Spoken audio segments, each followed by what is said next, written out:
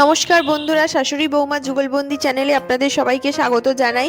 প্রথমেই ঘুম থেকে উঠে পড়ে এটাই ভাবলাম যে আমার হাজব্যান্ডকে টিফিনে কি দেবো। তখন ওই বলল যে আলু ভাজা করে দাও। তাই ভালো করে আলুর ছাল ছাড়িয়ে তারপরে আলুগুলোকে ভালো করে কুচি কুচি করে আমি আমার ফ্রাইং প্যানেই ওকে ভালো করে আলুটা ভেজে দিলাম। ফ্রাইং প্যানে করলাম নিচে ইন্ডাকশানে, কারণ আমার ওপরেই রান্না বান্না হয়, কিন্তু সকালবেলা ভোর ভোর আমার উপরে যেতে খুব মানে ভালো লাগে না, ল্যাদ লাগে।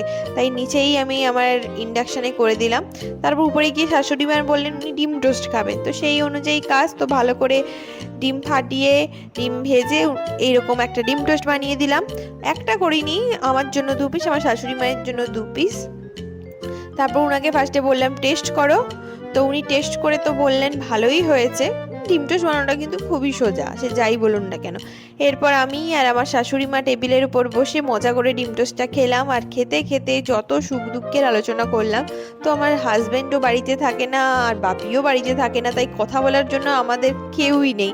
তাই আমরা দুজনেই দুজনের বন্ধুত্ব গল্প করতে করতে তারপরে ভাবলাম যে চিংড়ি মাছগুলো রাখা আছে, ওগুলোকে বাছতে হবে। তো সেই অনুযায়ী আমি গিয়ে ভালো করে চিংড়ি মাছগুলোকে ধুয়ে ছাড়িয়ে আবার ধুয়ে ফ্রিজের মধ্যে রাখতে গেলাম। রাখতে গিয়ে দেখি যে আরও অনেক মাছ ফ্রিজে আছে। যখন রান্না করার সময় মনে হয় ফ্রিজে কোনো মাছ নেই, কিন্তু তারপরে যখন খুলি তখন মনে হয় অনেক মাছ আছে। তো আমার মনে হয় প্রত্যেক মায়েদের সাথে এমনই হয়, যতই থাক ওনাদের মনে হয় আরও ডিফারেন্ট ডিফারেন্ট আমাদের সন্তানের জন্য বানাই। মারা এমনই হয়। যাই হোক, এরপরে গিয়ে দেখি আমার শাশুড়ি মা রান্না করছেন। তো গিয়ে দেখি উনি রান্না করেছেন লোটে মাছের ঝুড়ি। রান্নাটা খুবই টেস্টি ছিল। এই রেসিপি আমার চ্যানেলে দেওয়া আছে। এরই মধ্যে দেখলাম আমার অ্যামাজনে একটা পার্সেল এসে গেছে। তো এই পার্সেলটা হচ্ছে রিং লাইটের। আপনাদের কাছে যদি কোনো ভালো রিং লাইটের হদিস থাকে আমাকে জানাবেন কমেন্টে। তো এই রিং লাইটটা খারাপ না ভালো সেটা আমি এখনও বলতে পারবো না, কারণ এখনও ইউজ করিনি। আজকে এই পার্সেলটা এসে আপনাদের সামনেই আনবক্সিংটা করলাম। আমার মনে হয় আমার থেকে বুদ্ধ পৃথিবীতে কেউই নেই। একটা রিং লাইটকে ঠিকঠাক করে আমি করাতেই পারছিলাম না, কোনটার পর কোনটা বুঝতেই পারছি না। মানে যাই হোক, কোনোভাবে আমি ইউটিউবে ভিডিও দেখে রিং লাইটের স্ক্রুগুলোকে একটার পর একটা লাগিয়ে রিং লাইটটাকে ফিট করেছি। প্রথমে স্ট্যান্ডটাকেই আমি বুঝতে পারছিলাম না দাঁড় করাবো কী করে। তারপরে মনে হলো উপরে স্ক্রুগুলো নিশ্চয়ই কোনো কাজ থাকবে, তো সেই রকমভাবেই ভালো করে আস্তে আস্তে এদিক ওদিক টানতে টানতে আমি কোনোভাবে স্ট্যান্ডটাকে দাঁড় করিয়েছি।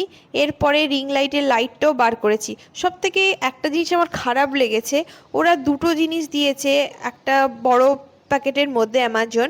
তো আমার মনে হয় স্পেসটা একটু বেশি থাকা দরকার। এমনভাবে ওরা দিয়েছে মানে বার করতে গিয়েই আর একটু হলে ভেঙে যেত। মানে আমাকে অনেকটা প্রেশার দিতে হচ্ছে এই জিনিসগুলোকে বার করানোর জন্য। এমন নয় যে একটাকেও আপনি বার করে নিতে পারবেন।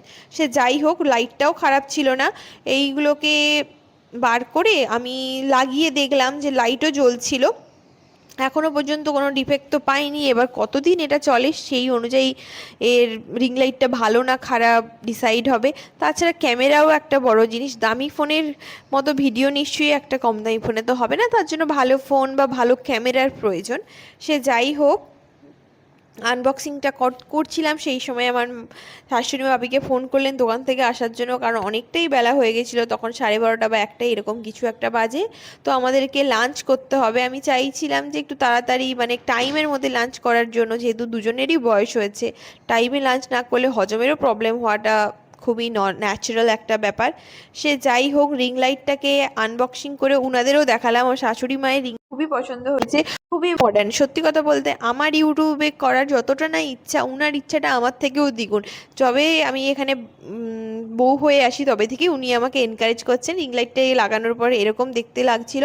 তো এরপরে বাপিও চলে এলো বাজার থেকে। তারপর মা বাপি আর আমি একটু গল্প করে লাঞ্চ করে আমি একটু রেস্ট নিতে গেলাম। রেস্ট নেওয়ার পরে আমি আর বাপি মিলে গেলাম বাজার করার জন্য। আমাদের একটা দোকান আছে, সেই জন্য আমাদের মাঝে মাঝে বাজার করতে হয়। তারপরে বাড়ি ফিরে আমি একটু রেস্ট নিয়ে ঘুমিয়ে পড়লাম, খাওয়া দাওয়া করে নিশ্চয়ই ডিনার। তো বাই বাই।